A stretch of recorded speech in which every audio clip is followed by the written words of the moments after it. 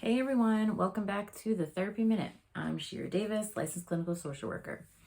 Today we are going to talk a little bit about how to move forward from our past mistakes. Okay. Before we dive into that, just a quick reminder, if you like what you see here, please feel free to like and subscribe and hit the little notification button so that you can be alerted every time we put out a new video. And if you find that you think this could be helpful to somebody that you know, please feel free to share it with them because that's what we want to do. We want to try to help as many people as possible. So let's jump into the topic today. I think it's really apropos. We're wrapping up the year right now. We're maybe taking account of, different things that we've done, looking at our past. And I think this pops up a lot. This feeling of regret, of shame, of embarrassment, of things that we did in the past. So how do we move forward from our mistakes in the past? How do we let it not define us? Because so many people get so wrapped up in that vicious cycle of just obsessing and thinking about it over and over and over and not letting it go. And when we do that, we're really getting stuck. We're really getting stuck in that same pattern of behavior happening again and again and again.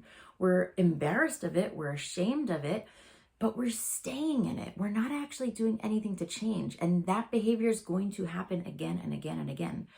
But, it's like a vicious cycle. We're not trying to make it happen again and again, but we get stuck in that way of thinking because we're hyper-fixating, ruminating, constantly feeling bad about it. This is what we're going to be talking about today, okay? So first of all, it's really important to understand that you cannot run away from your past, okay? Your past is your past. It's there. There's no DeLorean. We can't go back in time and redo things and make it like it didn't happen. It's there. And you can't run away from it. It's never going away, okay? So we've got to learn how to kind of come to terms with it, okay? And on the same on that same path of thinking, it's never going away. It's part of us, okay? The past is part of us, and those experiences, the things that we did in the past, make us who we are today. From it made us go towards a different path. It made us maybe think differently. It made us be aware. It's making us change now. So what happened then, can't get rid of it, and it kind of formed us to who we are today, for bad or for good, right? We could have done something bad, but we see the error of our ways and now we're a better person, right? So it's there, it ain't going anywhere, and it helped us be who we are today, hopefully for the better, because we're changing our path now. Okay, now shame. Let's talk about shame because so many people get stuck in that circle of shame, okay? So Jay Shetty talks a lot about this, and he mentions that shame is an addiction, okay? We get addicted to that feeling of shame because that's our go-to. That feels normal to us. And whatever feeling feels normal to you, that's going to be your go-to. And you're going to feel good actually in that feeling, not because it's a good feeling, but because that's what's normal to you, which is very interesting. You could be in a bad relationship, right? You could be in a relationship where somebody doesn't treat you right. But that's what you know. That's what you're used to. So that feels good to you, meaning that feels normal. Okay, so there are a lot of feelings in our life that we experience that are comfort feelings, right? It feels like it feels good because that's what we're used to, but it's really not a good feeling. So shame is one of those. It might be for you, not for everybody, but maybe for you, that's your go-to comfort feeling. That's what you're used to being in all the time. And it's, we have to break that cycle. Okay. So it's like an addiction. We have to break that cycle. Okay. Now shame blocks growth. Okay. Shame, guilt, feeling bad, right? All of that stuff blocks growth.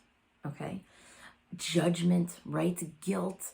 In the beginning, maybe guilt, shame, judgment is helpful because maybe it'll make a little change in the beginning, but it's not going to help you to have progressive change for the long time. Okay, so it's really blocks permanent growth.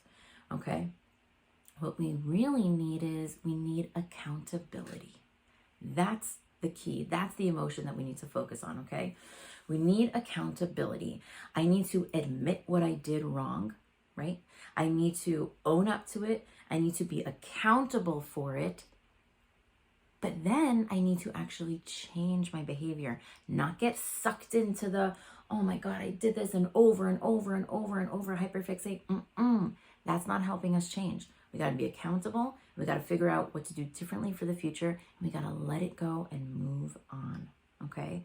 So we discussed a lot of topics today. The concept that really negative feelings, unhealthy feelings can feel very normal and our go-to for us, but we have to break that cycle, that addiction that we have to that negative feeling.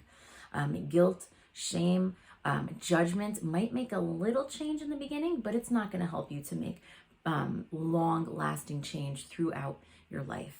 Okay, and there's no DeLorean. We gotta stop living in the past. We gotta stop hyperfixating on the past. We gotta focus on accountability and now and moving forward. Our past happened, it's done.